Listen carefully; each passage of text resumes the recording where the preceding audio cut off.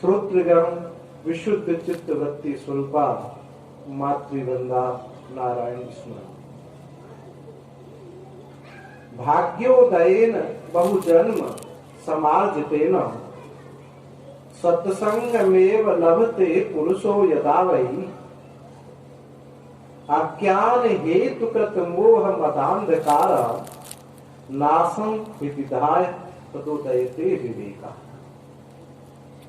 बहुत जन्मों के पुण्य पाप पुण्य पुंजों के उदय होने पर सत्संग प्राप्त होता है। और इस सत्संग से क्या होता है? अज्ञान हेतुकृत, अज्ञान से जो उत्पन्न ये अंधकार है, ये आंखों से ना दिखने का नाम अंधकार नहीं है, क्योंकि नेत्र केवल ये चमड़े के इन्हीं को नेत्र नहीं बोला जाता। दृष्टि जहां जहां महसूस होना है, मालूम पड़ना है, यही दृष्टि। अब कहां कहां किस किस से देखते हैं? पानी भी एक नेत्र है, अंधकार होने पर भी एक शब्द से दूसरे शब्द तक जाता है। शब्द क्या है? दर्शन है। एक संत बोल रहे थे, दर्शन की चर्चा चल रही थी कि दर्शन हम बताएं तो ये तदोदयते विवेक, ये विवेक हो जाता है। ये अंधकार है, ये प्रकाश है, और दोनों ऐसे विपरीत स्वभाव वाले हैं।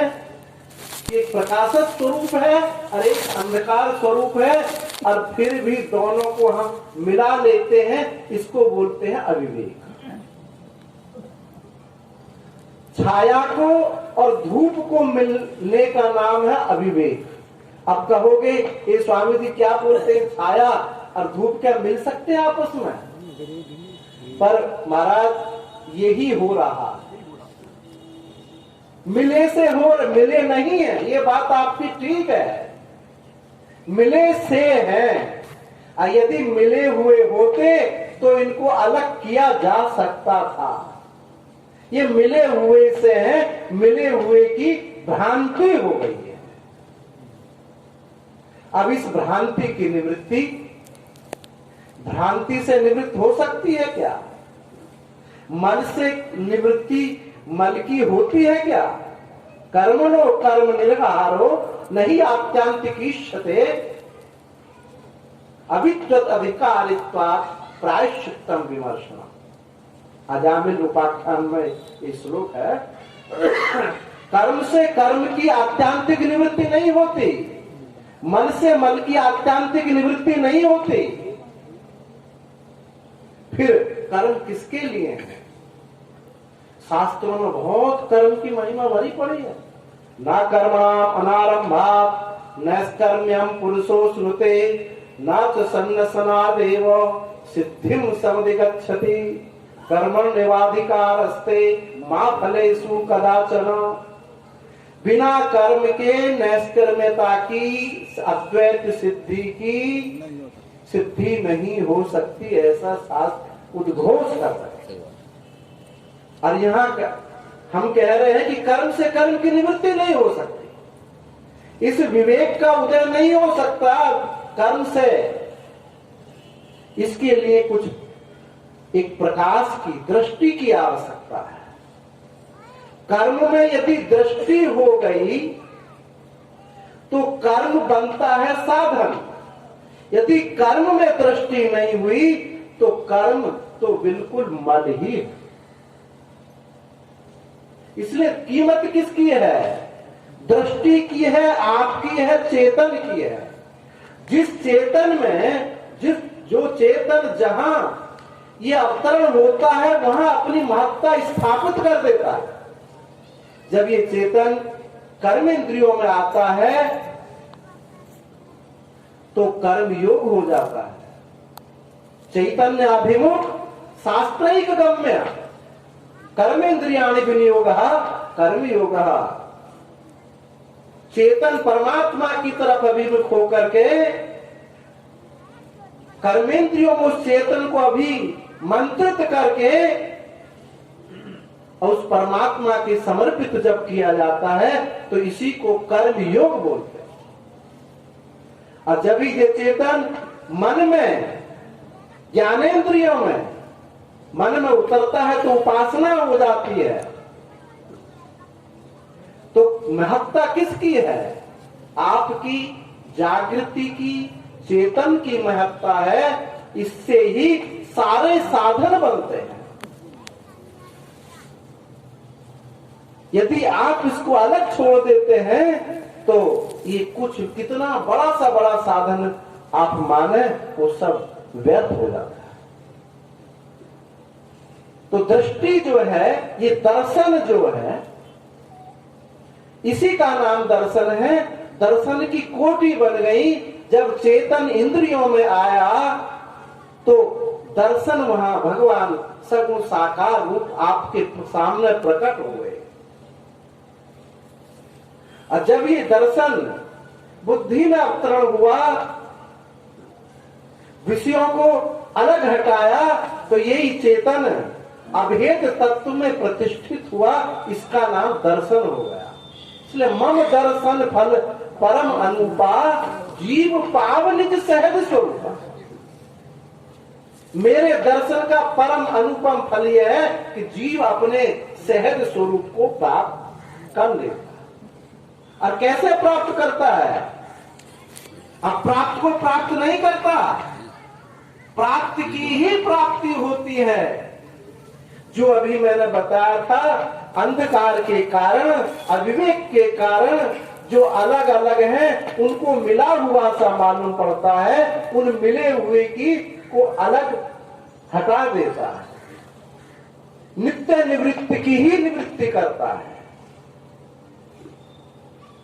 जब ये नित्य निवृत्त हुआ तो मम दर्शन, तब मेरा दर्शन होता है। ये दर्शन ऐसी चीज है, समस्त दोषों को, समस्त दुर्गुणों को, दुखों को ये निवृत्त कर देता है। आप सत्संग क्यों सुनते हैं? ऐसी कौन सी कोई बात जरूर है जो आप सत्संग सुनना चाहते हैं? शास्त्रों में सत्संग की इतनी महिमा लिखी है, उसके पीछे कुछ कारण तो है कि हम अपने को दुखी सुखी, मरना जीना, कामी क्रोधी शोक मोह से ग्रस्त हैं, जो हमारे चित्त को विघ्न करता है, दुखी रखता है। और प्रत्येक मनुष्य की ये मांग है कि हम सुखी होना चाहते हैं। तो सत्संग आप क्यों करते हैं? सुखी होने के लिए, क्योंकि ये ऐसा संसार दावानल है, ऐसा तप रहा है कि उसमें जल रहे हैं। इस ताप से बचने के लिए, परम शीतलता प्राप्त करने के लिए हम जो है सत्संग चाहते हैं। अर्थात हम शांति चाहते हैं, सुख चाहते हैं। और ये सुख जब हम इसमें प्रतिष्ठित हो जाते हैं, तब कोई दुख हमारे जीवन में नहीं रहा। ना जन्म दुख रहा, ना मरण दुख रहा, ना शोक, ना मोह, ना काम क्रोध। यही इसी को बोलते हैं कि विवेक का उदय हो गया। तो काम क्रोध जो है, ये क्रोध क्या है? ये हमको जलाता है, अग्नि है। काम भी एक मीठी शीतल अग्नि है। ऐसी क्रोध तो तेज अग्नि है, परंतु काम तो ऐसी अग्नि है कि पता नहीं चलता, जला देती है। तो जब विवेक उदय हुआ, तब ये समझ में बात हमको आएगी कि भाई मैं वास्तव में हूं क्या? जो इतने लंबे समय से भटक रहा था, मैं हूं। अपना अस्तित्व, अपना होना, इसी में प्रतिष्ठित करना ही समस्त शास्त्रों का, संतों महापुरुषों का इसी में प्रयोजन है। इसी से ही दुखों की आत्यांतिक निवृत्ति होती है। अब इसके लिए शास्त्र ने बताया कि भाई सब तो एक जैसे अधिकारी नहीं होते, किसी में मल की प्रधानता है, किसी में विक्षेप की प्रधानता है। अच्छा, किसी में मल विक्षेप नहीं है, किसी की बुद्धि मंद है, या किसी की बुद्धि मंद नहीं है, बड़ा कुतार्किक है, बात सुनने को तैयार ही नहीं है। अशुश्रुभिस तत्क्षणात्, और ये जो ज्ञान है सुनने मात्र से ही तत्क्षण हृदय में प्रतिष्ठित होता है। तो हमारी जो योग्यता है, एक तो दो प्रकार के साधन हुए। एक तो साधन हुआ हमारी योग्यता हासिल करने के लिए, और दूसरा साधन ये हुआ कि योग्यता हासिल होने पर साक्षात परम मम स्वरूप का दर्शन होने के लिए।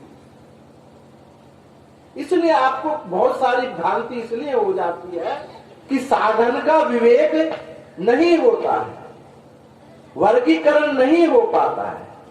शास्त्र में दोनों प्रकार के साधनों का वर्णन मिलता है, कहीं हम कुछ जोड़ देते हैं, कहीं कुछ जोड़ देते हैं, इसलिए गलती हो जाती है। यदि हमारे चित्त में विक्षेप है, राग है, काम है, क्रोध है, तो भगवान राघवेंद्र सरकार के इन नेत्रों से दर्शन करो,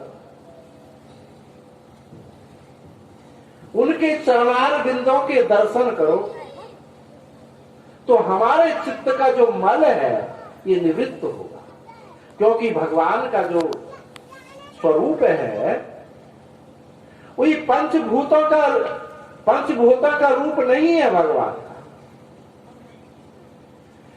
भगवान श्री कृष्ण को हम पारमार्थिक सत्ता में रखें या व्यवहारिक सत्ता में रखें या प्रातिभाषिक सत्ता में रखें, एक मैं विचार दे रहा हूं कि वेदांत की दृष्टि से कि पारमार्थिक सत्ता तो उसको कहते हैं जहां किसी नाम रूप आकृति की प्रतीति नहीं है, इसी को तो पारमार्थिक सत्ता बोलते हैं।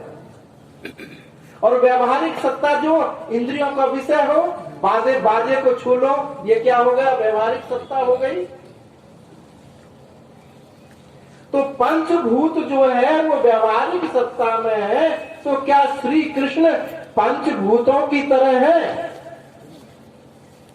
ये मैंने प्रश्न पूछा कि क्या पंचभूत की तरह श्री राम है, श्री कृष्ण है? यदि पंचभूत की तरह राम श्री कृष्ण होते तो उनसे अंतःकरण शुद्ध नहीं होता, कदापि शुद्ध नहीं हो सकता। तो भाई तीसरी सत्ता प्रातिभाषिक है वेदांतियों के पास। तो प्रातिभाषिक सत्ता तो क्या भ्रांति है? क्या राम रूप, क्या कृष्ण जो है ये भ्रांति है क्या? जब तीनों सत्ता में जो सिद्ध नहीं होता तो वास्तव में उसका स्वरूप क्या हुआ? वो स्वरूप से तो अनिर्वचनीय है, और परंतु उसका निर्वचन होता है। इसलिए इसको गीता ने कहा, जन्म कर्म च मे दिव्यम एवं यो वेत्ति तत्त्वतः। मेरे जन्म कर्म दिव्य है, इसलिए शास्त्र ने कहा कि अवतार तो दिव्य सत्ता है, न व्यवहारिक सत्ता है न पारमार्थिक है। लक्ष्य पारमार्थिक है, परंतु ना तो व्यवहारिक सत्ता है न प्रातीतिक सत्ता है। इसलिए श्री राम श्री कृष्ण के चरणार बिंदों के दर्शन करने से अंतःकरण शुद्ध होता है। तो ये साधन के रूप में, मल की निवृत्ति के रूप में ये सगुण साकार उपासना, उनके लीला का, गुण का, धाम का जो चिंतन है, इससे हमारा अंतःकरण शुद्ध होगा और विक्षेप की निवृत्ति होगी। और फिर भगवान जब यहां तक आप पहुंच जाएंगे, जिन्होंने इस रूप के दर्शन कर लिए हैं, अब उनकी मांग उस रूप तक नहीं रह जाती, क्योंकि सबरी के सामने भगवान खड़े हुए हैं। क्या अब सबरी को दर्शन नहीं हो रहे थे भगवान? अब भगवान फिर कह रहे हैं कि मम दर्शन फल परम अनुपा, मेरा दर्शन का जो तुमने दर्शन किए इसका फल अनुपम दर्शन जो मेरा स्वरूप है उसका दर्शन अभी बाकी है। इसलिए पहले इस रूप के दर्शन करने से उनका जो स्वरूप है रूप का दर्शन हुआ और फिर स्वरूप का दर्शन हुआ। तो इस स्वरूप की बात ही जब तक स्वरूप स्थिति नहीं होती तब तक ये अभेद तत्व का अभेद तत्व जो है ये प्रतिष्ठित नहीं होता। और शास्त्र कहता है जब तक अभेद तत्व में प्रतिष्ठित नहीं हुए तब तक ही जन्म मरण की निवृत्ति नहीं हुई। तो अभेद तत्व क्या है? जिसमें किसी प्रकार का भेद नहीं बन सकता, जिसमें पूर्व नहीं पश्चिम नहीं, पूर्व पहले नहीं बाद में नहीं, और है एक ऐसी चीज है जिसमें पहले नहीं है बाद में नहीं है, ऊपर नहीं है नीचे नहीं है और अभाव रूप भी नहीं। जैसे कहा जाए कि खरगोश का सींग पहले भी नहीं था बाद में भी नहीं था परंतु अभाव तो है, लेकिन ये जो अस्तित्व है वो अभाव रूप भी नहीं है, खरगोश के सींग की तरह नहीं, और है महसूस होता है परंतु कुछ कह नहीं पाते। अब देखो एक दृष्टांत से देखें, अब मेरे हाथ में दर्द हो रहा है, अब ये दर्द है, हाथ है, मेरा है, ये तीन चीज आपको मालूम पड़ी। अब इसमें से हाथ अलग हटा दो, मेरा अलग हटा दो, अब ये जो दर्द है इसको क्या कहेंगे आप? महसूस होना, सिर्फ महसूस होना ही तो कहेंगे। तो जो महसूस है, जो ये होना है, ये महसूस है तभी तो आप कहते हैं मुझे हो रहा है। यदि ये महसूस होना ना होता तो आप महसूस भी कैसे कह सकते हैं? तो होना और महसूसता ये दोनों दो चीज नहीं हुई। आई बात समझ नहीं? तो जब इस नाम रूप आकृति, अभी स्वामी जी ने कहा कि फल जब सड़ जाते हैं, ये मिथ्या हो जाते हैं, छोड़ दिए जाते हैं, ये या इस महसूस का मरण हुआ। आपने हाथ और मेरे की अपेक्षा से दर्द को उत्पन्न हुआ, मरने वाली है, कौन सी गलने वाली है, और कोई कब तक रहती है कब तक नहीं रहती है, आप बस विवेक कर लीजिए। तो ये नाम रूप गल जाता है, नाम रूप ये सड़ जाता है। कहो कि नहीं हमने तो बड़े पुण्य कर्म किए, कई सदियों तक हमारा नाम रहेगा, कभी तो समाप्त होगा। है कितने कितने बड़ी बड़ी पृथ्वी पर बड़े बड़े चक्रवर्ती सम्राट आए और आज तक कोई एक अंजलि जल देने वाला भी नहीं है, नाम भी नहीं जानते। और औरों की बात छोड़ो, अपने ही कुल में अपने परदादा के दादा का आपको शायद नाम याद नहीं होगा। तो नाम गल जाता है, रूप तो पहले ही गल जाता है, क्योंकि ये नाम और रूप जिस भूमिका से तैयार हुए हैं, जिस मैटेरियल से तैयार हुए हैं, क्योंकि वो तो रहता ही नहीं है, बदल जाता है। इसका मैटेरियल क्या है? काल है और देश है। ये काल और देश, स्थान और समय से ये आकृति बनती है और बिगड़ती रहती है। अब ये माइक इस समय ये क्या है? माइक यानी काल का जो क्रम है, अब जब तब कब, ये जो क्रम बना है काल में, जो क्रम बना रखा, एक धारा में जो क्रम बनाया है आपने, इसी को तो काल कहते हो। इन्हीं काल में ये आकृति बनती है और बिगड़ती रहती है, अर्थात ये गलती रहती है, सड़ती रहती है। ये मेरा और दर्द ये गलता रहता है, सड़ता रहता है, लेकिन महसूस होना ये गलता नहीं है, सड़ता नहीं है। और जो ये कह रहा है कि ये गलता नहीं है, सड़ता नहीं है, ऐसा जो चिंतन कर रहा है वो भी इस महसूस पने से अलग नहीं। आप विचार करके देखें, महसूस पने से अलग नहीं है। जैसे कि एक समुद्र में एक लहर ऊपर उठती है तो जो लहर है वो समुद्र ही है, परंतु ऊपर को उठने से वो कहती है कि मैं तो लहर हूं। आप ऊपर उठ करके कह रहे हैं कि मैं चिंतन करता हूं, मैं महसूस करता हूं, जबकि महसूस और ये चिंतन करने वाला ये दो चीज नहीं है। यही है अभेद तत्व, यही है मुक्ति, यही है आत्मा, यही है परमात्मा। यहां इसमें बैठने के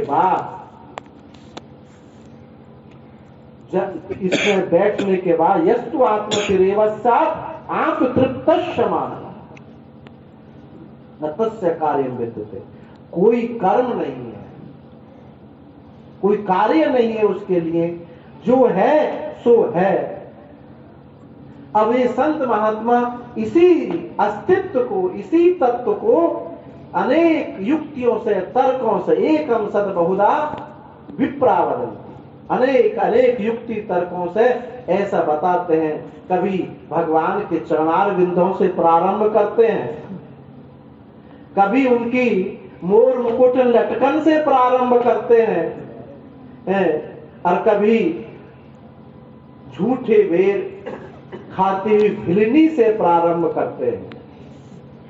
लेकिन उसी अस्तित्व को कभी इस कोने से झांकते हैं, कभी इस कोने से झांकते हैं, ऊपर से झांकते हैं, नीचे से झांकते हैं।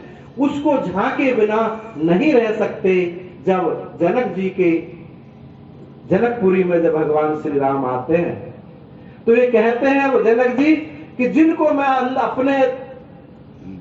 मैं देखता था, नित्य वैरागी स्वरूप में रहता था, आज मेरी दृष्टि उनसे हट नहीं रही है, उनसे मैं छोड़ना नहीं चाहता उनको। तो किसी कोने से अपने अस्तित्व को ही तो उस रूप में देख रहे थे, तभी तो नहीं हटा पाए। उस रूप को नहीं हटा पा रहे, इसलिए नहीं हटा पा रहे क्योंकि उसी अस्तित्व को झांक रहे हैं। ये जो उनका झांकना है, संत महात्मा लोग अधिकारी के भेद से ये छुपा छुपी का खेल करके दिखाते रहते हैं कि नहीं, अब के इस टेंट के इस कोने से झांक तो भगवान ऐसे दिखाई देंगे, इस कोने से झांक तो ऐसे दिखाई देंगे। और जब कोई अंग देखा, प्रत्यंग देखा, उपांग देखा, और जब इन अंगों को देखने के बाद फिर क्या होता है कि संपूर्ण को मैं देखूं, उन भगवान के संपूर्ण स्वरूप को देखूं। इस संपूर्ण स्वरूप को देखने का नाम ही तत्व जिज्ञासा है। इस तत्व जिज्ञासा में तब वास्तव में अपने स्वरूप को वो देखने लगता है। तो ये प्रारंभ कहां से होता है कि तदुदयते विवेकः, विवेक प्रारंभ हो। इस विवेक के लिए ही आप निरंतर किसी न किसी प्रकार से उस परमात्मा से जुड़े रहें, नाम से जुड़े रहें, रूप से जुड़े रहें, इनसे ऊपर उठ के हैं तो जिज्ञासा के रूप में आप जुड़े रहें, शास्त्र से, संतों से जुड़े रहें तो निश्चित रूप से, क्योंकि वो चेतन है, कल्प वृक्ष है, उसके सामने जो भी प्रकट होगा, कल्प वृक्ष के सामने जो भी चिंतन होगा वो अवश्य ही प्राप्त होगा। इस दृष्टि से हम प्रत्येक किसी न किसी साधन से जुड़ करके उस परम तत्व को अवश्य ही प्राप्त करेंगे। ओम पूर्ण ओम। अभी